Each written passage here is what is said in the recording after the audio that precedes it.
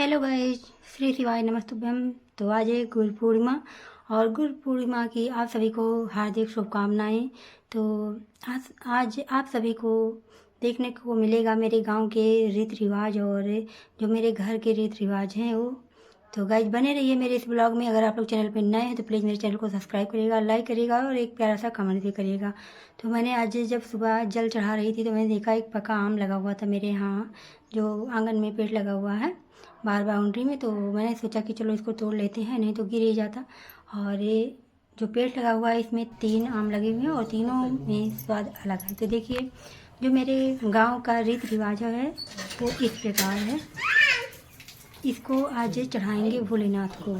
आज है आषाढ़ पूर्णिमा। तो आषाढ़ पूर्णिमा के दिन मेरे गांव में ये आटे का जो रोट बनाते हैं, इसको रोट मेरे यहाँ कहते हैं। तो ये आटे का गोल आकार में सेव करके और इसको भोलेनाथ को चढ़ाते हैं। तो आप सभी लोग बने रहिए मेरे इस ब्लॉग में।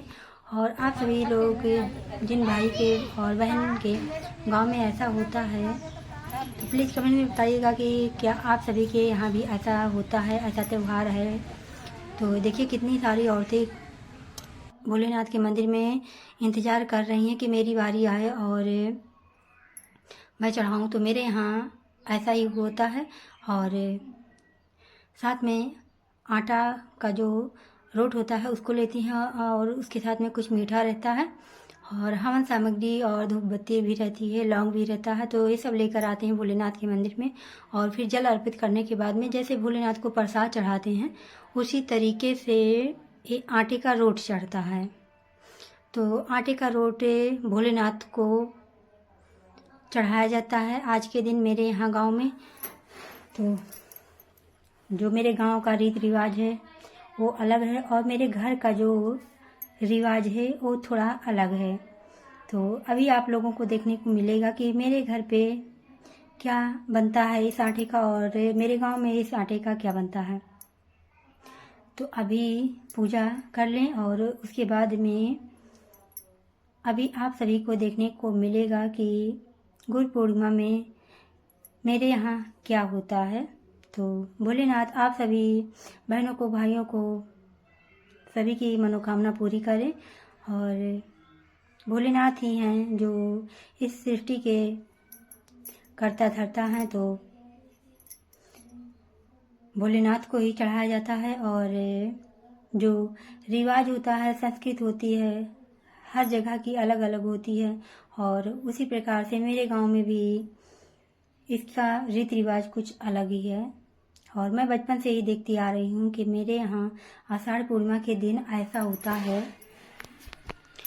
कुछ लोग गांव में जो हैं उनके यहाँ इस आटे का भौरी, कई लोग जानते होंगे भौरी किसको कहते हैं, जिसको लिट्टी चोखा कहते हैं। तो लिट्टी बनता है इस आटे का।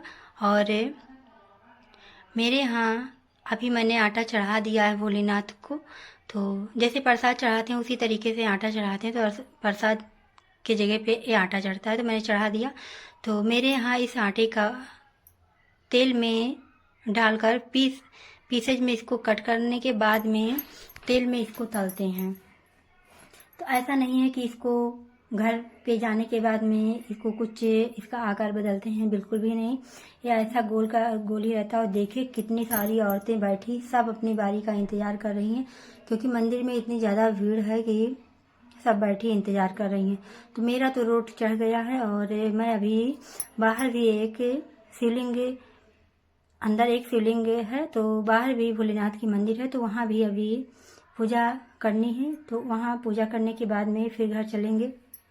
तो मैंने बताया है कि मेरे यहाँ गांव से कुछ अलग है रिवाज, जो कि मेरे यहाँ इस आटे को तेल में तला जाता है पीसेज में कट करने के बाद में, और तल कर खाया जाता है। ऐसा नहीं है कि इसके अंदर कुछ भरा जाता हो या कुछ डाला जाता हो, कुछ भी नहीं डाला जाता है। न नमक न मसाले कुछ भी नहीं डालते हैं, सिर्फ इस आटे को तेल में तल दिया जाता है।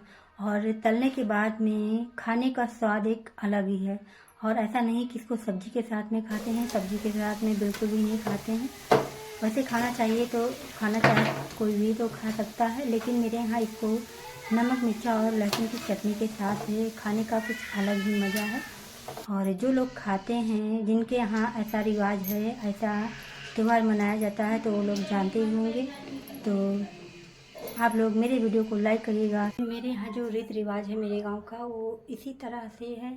तो आप लोग कमेंट्स में बताइएगा मुझे कि किस बहन के किस भाई के यहाँ ऐसा त्यौहार होता है, ऐसे रीति रिवाज हैं जो भोलेनाथ को आटा चढ़ाया जाता है। तो प्लीज़ कमेंट में बताइएगा ज़रूर मुझे। और आप लोग अगर चैनल पे मेरे नए होंगे तो प्लीज़ मेरे चैनल को सब्सक्राइब करिएगा, लाइक करिएगा और ढेर सारा प्यार दीजिएगा। Bye bye.